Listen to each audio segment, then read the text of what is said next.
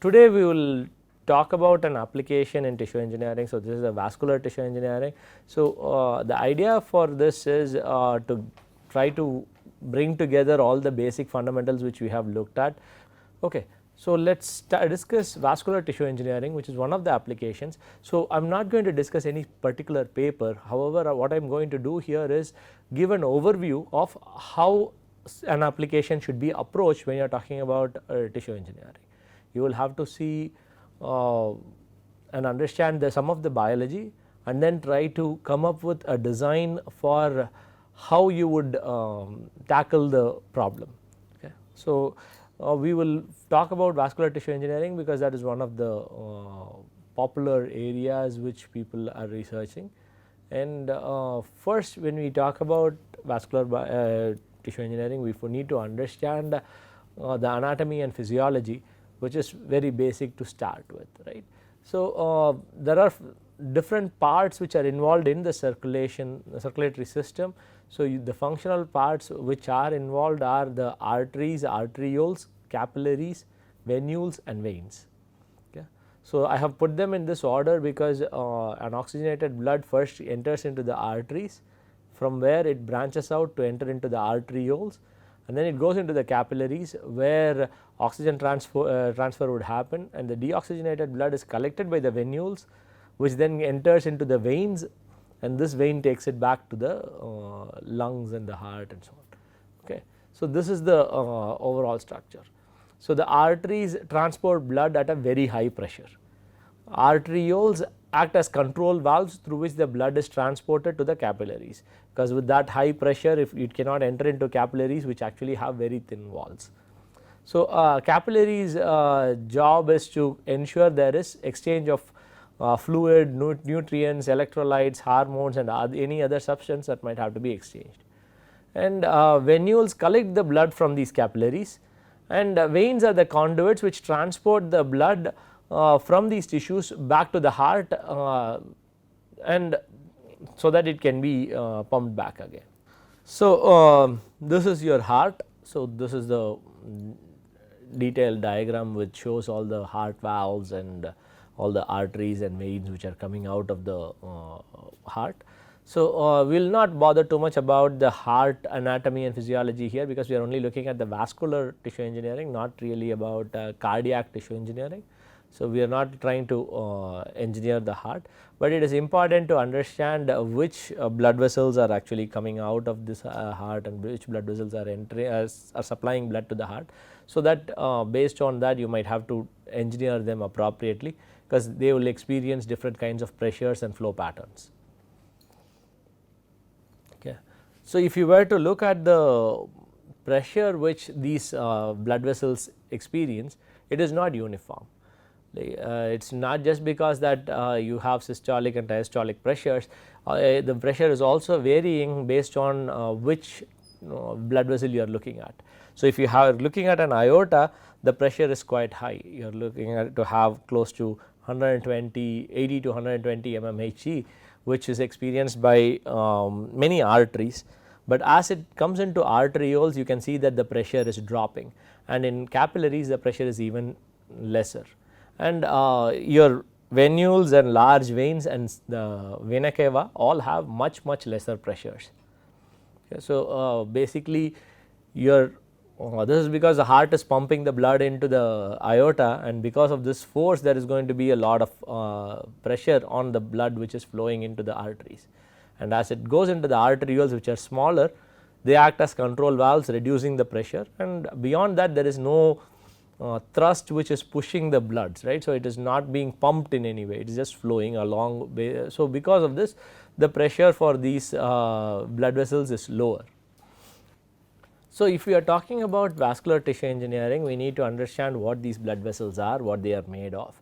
A vascular system which is composed of arteries, capillaries and veins, you mainly look at arteries when you are talking about like engineering these vascular tissues. This arterial system conducts oxygenated blood from the heart to the peripheral tissue. It contains 3 regions. So, the artery basically has the innermost region, which is the tunica intima, and you have the middle region, which is the tunica media, and the outer region, which is the tunica adventitia. So, the tunica intima is what is exposed to the lumen, which means that is what is exposed to the flowing blood. So, whereas your other tissues are not exposed to blood unless there is going to be a damage to the tunica intima. Okay. So, aorta is the largest artery, so which is the one which originates from your heart, and this aorta then starts bifurcating, and it bifurcates repeatedly to form multiple arteries, which then form arterioles and so on. So, muscular arteries also contain the same 3 layers, but they have only one elastic lamina. Smaller muscular arteries are called as the arterioles. Okay. Muscular arteries, do they have intima, media? Yeah. So, they have all the 3 layers. So, basically these 3 layers are present in everything. So, the intima, media and adventitia are present in all arteries. However, in aorta and these larger arteries, what happens is this media is much thicker. So, it has multiple layers of smooth muscle cells, and it is very thick because that provides the ability for it to withstand higher pressures. As it becomes you move into muscular arteries and arterioles, this layer becomes thinner. So, you just have one layer instead of multiple layers of smooth muscle cells in your tunica media. So, capillaries are the smallest blood vessels which contain a single layer of endothelial cells and a subendothelial basal lamina. It does not have anything else. Why do you think this has to be thin? Easy exchange of. Yeah. So, you want the nutrients and other things to be transported. So, you want to make sure that there is no diffusion limitation. For this reason, it has to be thin. So, a venous system consists of venules as well as small, medium and large veins. So, the veins are basically again composed of tunica intima, tunica media and tunica adventitia. However, the compositions of these regions are different. Intima and adventitia are similar to arterial structures. However, the media contains loosely organized elastic fibers instead of tightly packed as you would see in an artery. So, veins also contain a single layer of smooth muscle cells in contrast to the multiple layers which you see in arteries. So, this is all dependent on what kind of pressures these are facing, right. So, arteries, large arteries especially face very high pressures. So, the structure is designed to be appropriate for that. However, the smaller veins, the veins do not face that kind of pressure, or even smaller arterioles do not face that kind of pressure. So, obviously, their structure and organization is going to be slightly different to fit the needs of that tissue. So, when you are talking about cells, there are 3 major cells which people look at. So, you have the tunica intima, which is the innermost layer, which is nothing but an endothelial cell lining. So, this endothelial lining basically prevents blood from getting activated, platelets from getting activated. It maintains blood homeostasis. Okay. So, only when there is a rupture in this endothelial cell lining, you will have blood coagulation and wound healing cascades starting. Okay. So, smooth muscle cells are the cells which are aligned in the tunica media. So, here these are very tightly packed, and these cells constitute the major component in that region. And finally, you have the fibroblasts which are present in your tunica adventitia. So, this tunica adventitia has fibroblasts, but it is not as dense as you would see in the it is not as dense as the smooth muscle cells in your media. Okay. So, these are the 3 cells which people have to work with, and you might have to arrange them in that particular structure to get the tissue to emulate what your engineered tissue to emulate what the natural tissue is.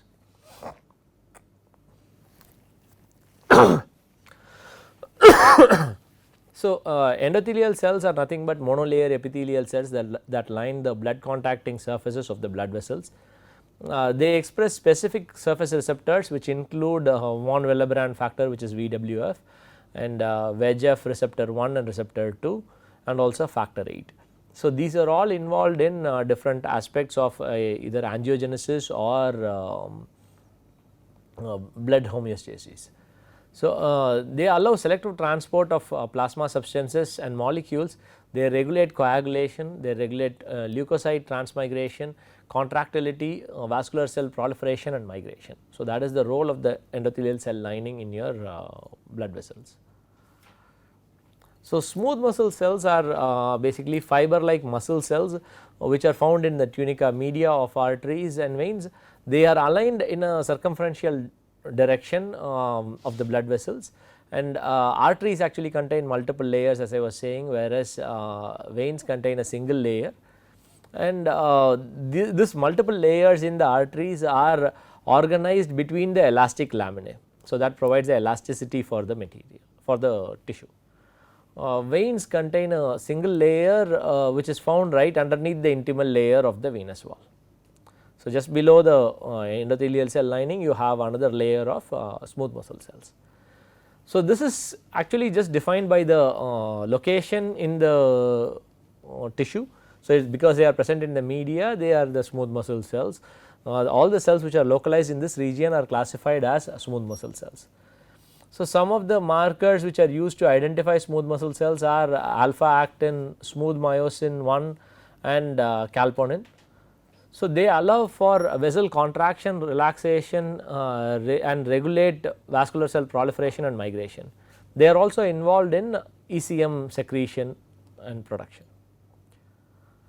Fibroblasts are the last set of cells which are found in the tunica adventitia, and these are found as a randomly organized cells, and the cell density is significantly lower as I was saying. They act to produce the ECM and regulate vascular cell proliferation. They can synthesize type 3 collagen and other proteoglycans. They also regulate the function of vascular cells through growth factor production. So, some of the growth factors which are produced are fibroblast growth factors and epidermal growth factors.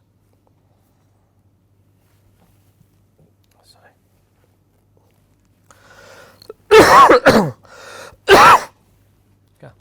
So, so this ECM of the blood vessel is just like many other ECMs. You have collagen and other proteoglycans, and but they also have a lot of elastic fibers to provide the elasticity, and this ECM provides the structural support, mechanical strength and the elasticity for the tissue. It plays critical role in development, morphogenesis and pathogenic remodeling. So, basal lamina is the thin membrane which is found underneath the endothelium, which serves as the supportive substrate for the endothelial cells. So, it cannot just be cells, right. What we looked at 3 layers. So, the tunica intima we said had endothelial cells, but these endothelial cells have to adhere to something. So, that is your basal lamina, and basal lamina primarily consists of type 4 collagen, fibronectin and laminin. And when there is an injury or endothelial attachment, the basal lamina initiates platelet and leukocyte adhesion, which triggers the blood coagulation cascade.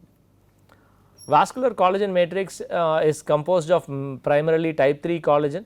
It also allows for the smooth muscle cells and fibroblasts to attach, proliferate and create the required patterns. So, the elastic fibers and the laminae which is present provide the elasticity. Proteoglycans provide the structural assembly and organization of the cells. So, each of these have their own importance and in the way the tissue is developed.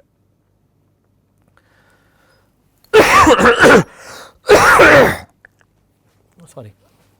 Okay, so there is regulation of blood flow in when it comes to these tissues. So, you have to have blood vessel, you have to have blood flowing in one direction.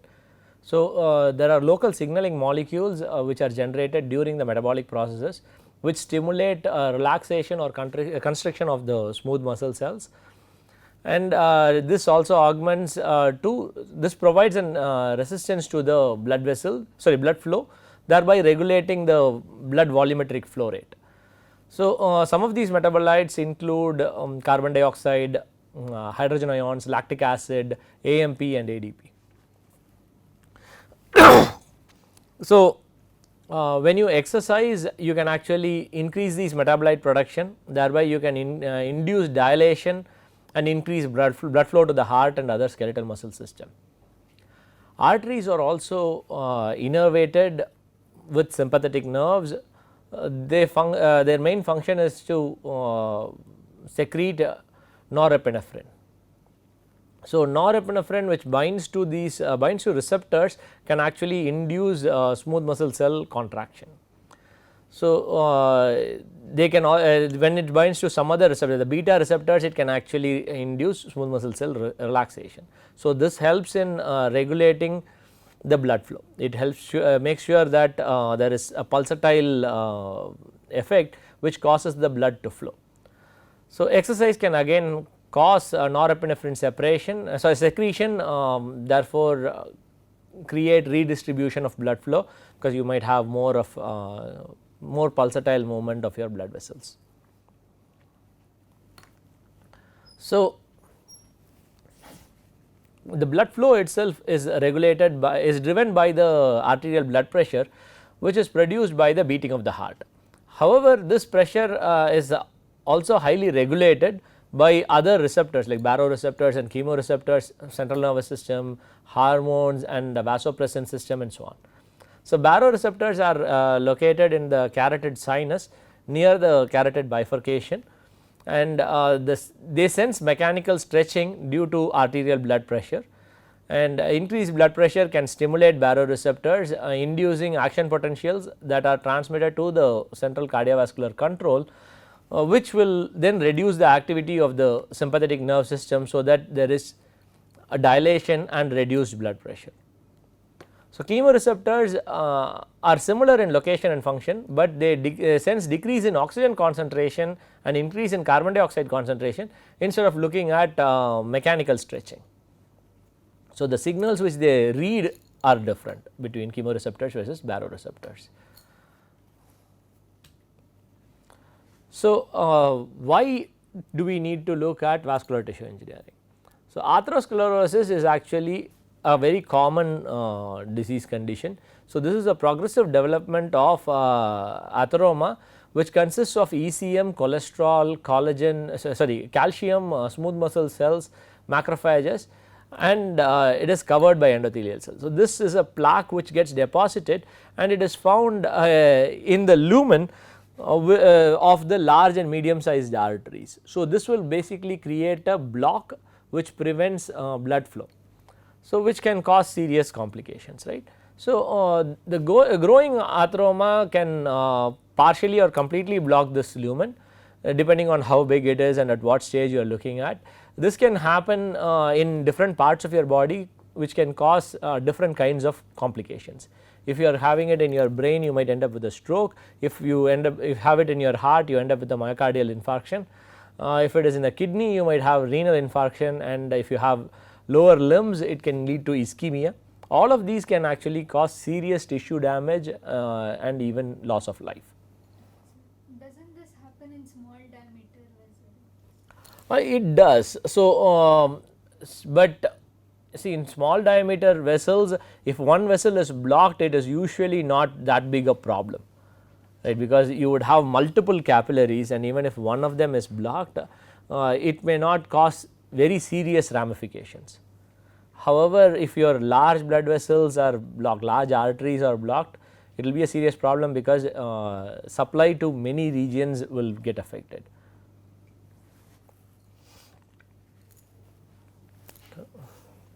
Okay. So, atherosclerosis has been identified to have a lot of correlation with endothelial dysfunction, and when there is an endothelial damage, what happens is endothelial permeability changes, and cellular adhesion also changes.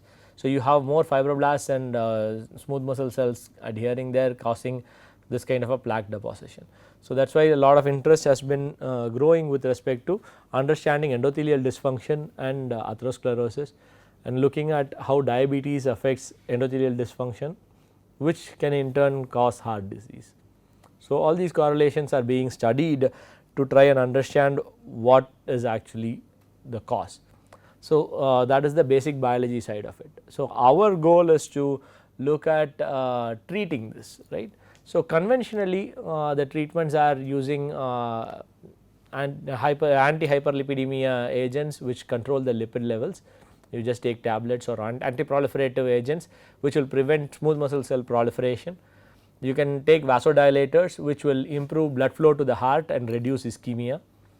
You can also take beta adrenergic antagonists which will reduce the heart's work by blocking these receptors.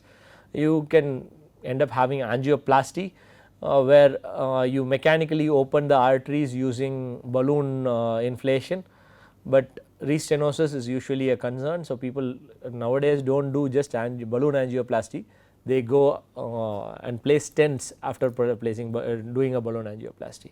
So, stents basically mechanically opens the arteries with a metal frame and keeps it open. As long as the stent does not collapse, it will stay open. Again here restenosis is a concern. You have arterial reconstruction which is possible, where vascular grafts from autologous sources can actually be reconstructed. You can also use polymers and other materials. So, people have even tried using biodegradable polymers as for a temporary fix while the actual plaque is being treated. So, there have been many strategies. So, with angioplasty people had initially also looked at taking a fan blade kind of a mechanism and actually cleaning out this plaque. But what people realized was when they do that there is actually aggravation with plaque deposition. So, they have stopped doing that now, they primarily do only stent placements. So, these are some of the conventional treatments. There are also molecular therapies which are done which attempt to treat atherosclerosis by preventing cell adhesion, thrombogenesis or vascular cell proliferation, migration or intimal hyperplasia. Okay. So, there are different factors and molecules which have been tried. So, people try to use mitogenic factors or cell cycle inhibitors and nitric oxide promoters which have actually been used to try to prevent this formation of atherosclerosis or even reduce this problem. Okay. So, our goal for today is to propose a treatment model that will use a tissue engineering approach. So, basically we need to engineer a vascular tissue which would be useful in treating this condition. So, if that is the goal, we need to identify what would be the cells that are required, what would be the materials that are required, what would be the signals, like, so I am just putting it as a bioreactor, but what would be the signals you would want to provide to this tissue which you are creating to make sure that it is conditioned for the application you are looking at. So, this is basically what I had. So, I will just quickly go through because we are running out of time. So, epithelial cells, smooth muscle cells, endothelial cells, scaffolds obviously biocompatible, flexible and should be able to withstand contractions, and at the same time it should not collapse because it needs to be stable enough to collapse. So, if you are going to use something natural, then using a template of existing vasculature which would be your decellularized matrix, or if you are going to use synthetic, PET and Teflon would be the alternatives which are commercially looked at.